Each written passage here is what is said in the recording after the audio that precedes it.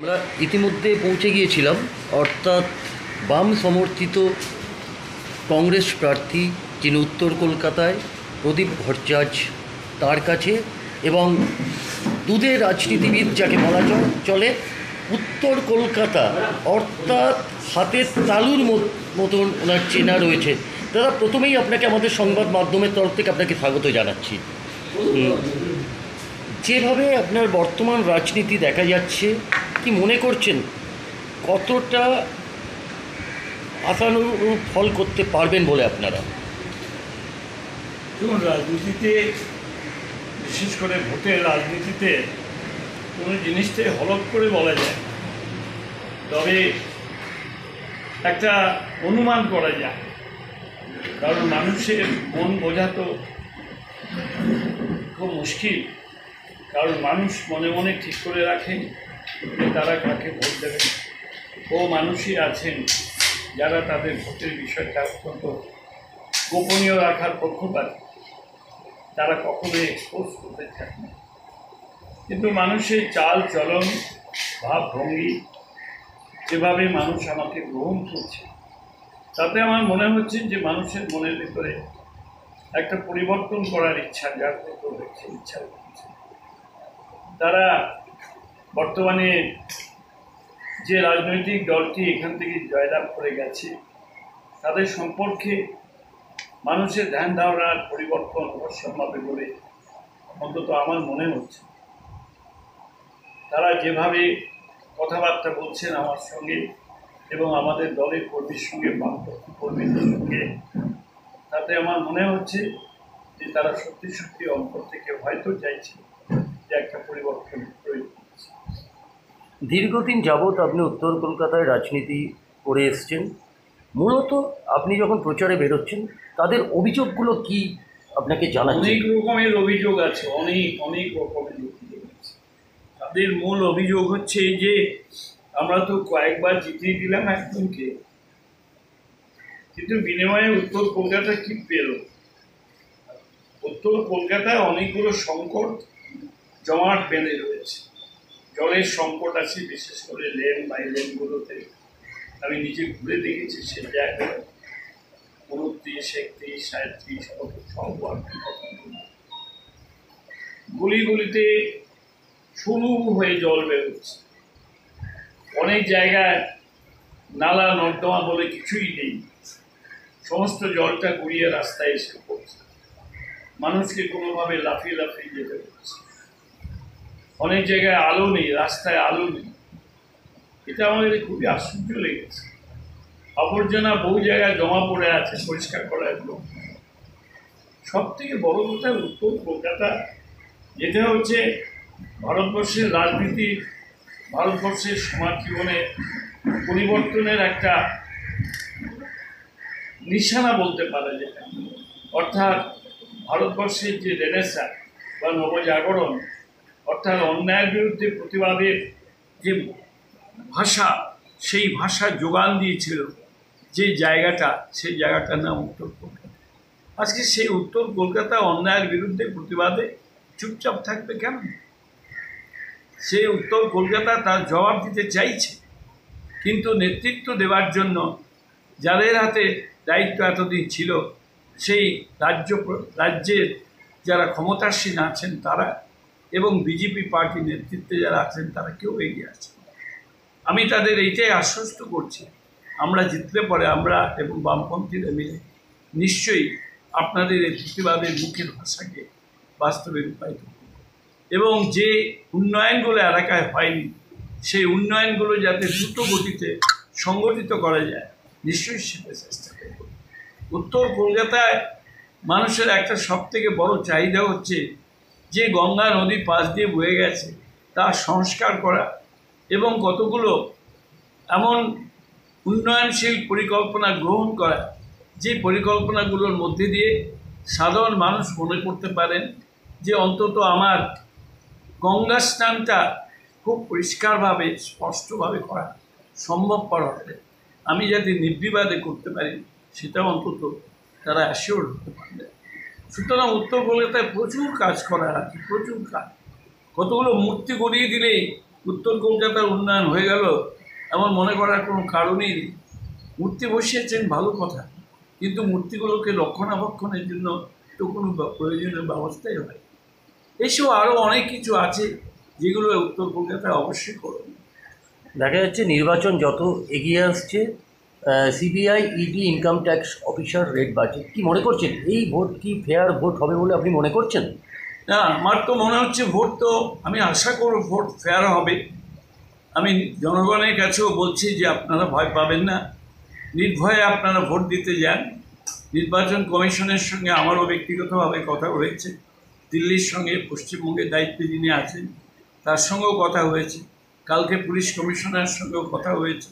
তারা তা আশ্বস্ত করেছেন কোনো চিন্তা করবেন না, ভোট নির্বিঘ্নে হবে। শাসক দল বলছে আপনাদের মধ্যে কিছু সেটিং আছে, ওটা নিয়ে কি বলবেন? সেটিং কার সঙ্গে কার আছে সে তো রাস্তার যে কোনো লোককে আপনি জিজ্ঞেস করুন, উত্তর পেয়ে যাবেন। সবাই জানে বিজেপির সঙ্গে যে তৃণমূলের সেটিং আছে, এটা তো আমি গলিতে গিয়ে অশিক্ষিত লোককে জিজ্ঞেস করলেও সেও বলে দিচ্ছে যে বিজেপিকে ভোট দেওয়া আছে, তৃণমূলকে ভোট দেওয়ার মধ্যে তফাৎ কিছু নেই। তারা তো হচ্ছে উভয়ের মধ্যে সেটিং। আমাদের সঙ্গে কারোর সেটিং হয়নি, হবেও না, হওয়া সম্ভব না। মধ্যে পেয়ে গেছিলাম, অর্থাৎ দীর্ঘদিনের রাজনীতিবিদ এবং দুধের রাজনীতিবিদ যাকে বলা হয়, যিনি একদম হাতের তালুর মতো জানেন এবং চেনেন, সেই রকম একজন জাতীয় কংগ্রেসের একনিষ্ঠ সৈনিক। দিনরাত এক করে যত নির্বাচন এগিয়ে আসছে, এক করে যেভাবে কাজ করে চলেছেন, অর্থাৎ তার নাম হচ্ছে তপন আগরওয়াল। সরাসরি ওনাকে আমরা পেয়ে গেছিলাম। দাদা, কি মনে করছেন আপনারা যেভাবে কাজ করছেন উত্তর কলকাতায়, অর্থাৎ কতটা পাঞ্জা মারতে পারবে বলে মনে করছেন যে বাম সমর্থিত কংগ্রেস প্রার্থী প্রদীপ ভট্টাচার্য? প্রদীপ ভট্টাচার্য প্রথমত বলি, একটা শিক্ষক মানুষ, ভদ্রলোক, হ্যাঁ, কোনো নেই।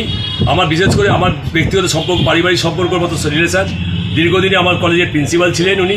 হ্যাঁ, আমি যে কলেজে ছাত্র ইউনিয়ন করেছি, ছাত্র পরিষদ করেছি, সেই কলেজের অধ্যাপক ছিলেন তিনি।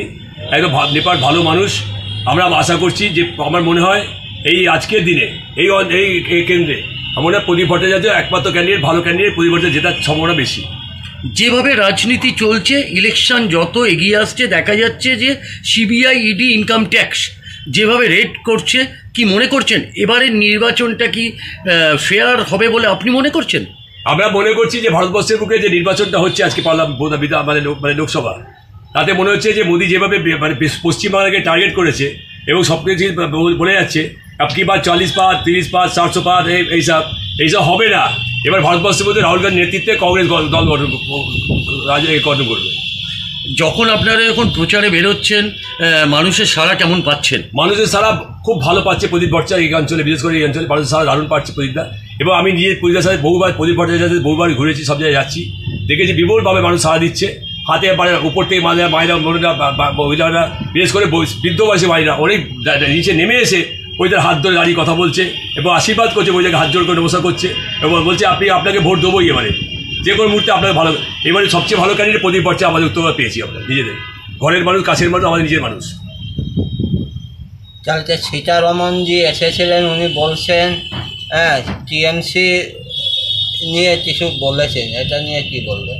না, টিএমসি নিয়ে কি বলেছি আমার শুনিনি, আমি বক্তব্যটা শুনিনি। হ্যাঁ, আমি যত জানি যে কী বলেছে জানি না, জানলে হয়তো বলতে পারতাম। দেখা যাচ্ছে যে আপনারা কতটা উত্তর কলকাতায় মানুষের ভেতরে ছাপ ফেলতে পারবেন আপনারা? আমরা উত্তর কলকাতার মানুষের ভেতরে অলরেডি ছাপ পড়ে গেছে। ওরা অলরেডি সিদ্ধান্ত নিয়ে এসে সব প্রদীপ ভট্টাচার্যের বিরুদ্ধে সম্পর্কে কী করবে না করবে অলরেডি মানুষ সিদ্ধান্ত নিয়ে বসে আছে। এবারে ভোট কংগ্রেসকে দেবে, প্রদীপ ভট্টাচার্যকে দেবে, অধ্যাপক প্রদীপ ভট্টাচার্যকে দেবে। দেখা যাচ্ছে যে এবারে চতুর্মুখী লড়াই হচ্ছে, মানে কতটা মানে আশাবাদী যে এখান থেকে আপনারা আবার কামব্যাক করে আনতে পারবেন উত্তর কলকাতায় জাতীয় কংগ্রেসকে? আমরা আশাবাদী, কারণ এই অঞ্চলের যে সাংসদ ছিলেন, এতদিন ধরে সাংসদ আছেন, হ্যাঁ, তারা দেখবেন, তার সম্বন্ধে জানছে সারা বাংলা জুড়ে, সারা জেলা জুড়ে, যারা কেন্দ্র জুড়ে দেখে নেবেন। কেন্দ্রের এমপি মেম্বার অফ পার্লামেন্ট যিনি আছেন এখানকার, হ্যাঁ, তিনি কী কাজ করেছেন না করেছেন। আমরা তো প্রদীপ ভট্টাচার্যের সাথে ঘুরলাম, সমস্ত জায়গায় একই কমপ্লেন, ওনাকে কারোর সাথে দেখা করা যায় না। একটা এমপির সাথে কারোর সাথে যোগাযোগ করা যান, এমপির সাথে উনি ওপরে বসেন, নিচ থেকে দেখে বলেন এমপি নেই।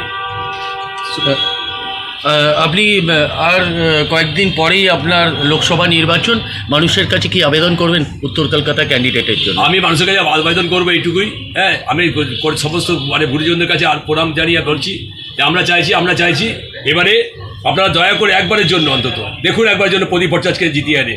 প্রদীপ ভট্টাচার্য কীভাবে মানুষের সাথে আছে, প্রদীপ ভট্টাচার্য এখনও পর্যন্ত ওই জায়গায় থাকেন, উনি 24 ঘন্টা অ্যাভেলেবেল এই কেন্দ্রের বর্ডারে থাকেন, উনি সবাই জানে প্রদীপ থাকেন। প্রদীপ বাড়িতে অনারিত দ্বার সবার জন্য, কেউ কোনো দল মত নির্বিশেষে প্রদীপ কাজ করে গেছে সারা জীবন। অসংখ্য ধন্যবাদ। আচ্ছা, দেখা যাচ্ছে বামপন্থীরা আপনার সঙ্গে আছে, কিন্তু এসইউসিআই প্রার্থী দিয়েছে, এসইউসিআই সারা জীবন প্রার্থী দেয়। একটা জায়গায় মানে কুলতলি বলতে ওই জায়গাটা কিছু এসইউসিআই লোকজন আছে, এখানে এসইউসিআই কোনো ফ্যাক্টর না এই অঞ্চলে, অত বিশেষ করে পশ্চিমবাংলায় বামপন্থীরা তত সমর্থন পাচ্ছে না। বামপন্থীরা যথেষ্ট আমাদের সাহায্য করছে, হ্যাঁ, এবং সমস্ত কাঁধে কাঁধ মিলিয়ে আমাদের সাথে সঙ্গে যাচ্ছেন বামপন্থীরা যথেষ্ট সাহায্য করছেন। তাই জন্য আমরা কংগ্রেস দলের পক্ষ থেকে ওনাদের কৃতজ্ঞ জানাই, হ্যাঁ, ধন্যবাদ জানাই যে আমাদের সমস্ত ব্যাপারে কোঅপারেশন করছে। অসংখ্য ধন্যবাদ। আমরা সরাসরি পেয়ে গিয়েছিলাম যে তপন আগরওয়ালকে, এবং ওনার মুখোমুখি আজ আমাদের সংবাদ মাধ্যমের তরফ থেকে হয়েছিলাম। সরাসরি উনি জানিয়ে দিয়েছেন যে কতটা আশাবাদী মানুষের মনে, কতটা, অর্থাৎ উত্তর কলকাতায় যে পাঞ্জা ছাপ আবার খাতা খুলবে, সেই চিত্র আমরা সরাসরি আপনাদের সামনে তুলে ধরব। তপন আগরওয়াল দীর্ঘদিন ধরে যিনি রাজনীতিটা করে আসছেন, রাজনীতির ময়দান অন্তত উত্তর কলকাতা ওনার হাতের তালুর মতো চেনা, সরাসরি আমাদের সংবাদ মাধ্যমকে উনি জানিয়ে দিলেন। এই চিত্র আমরা বারবার আপনাদের সামনে দেখাতে থাকবো। অসংখ্য ধন্যবাদ তপনবাবু আপনাকে।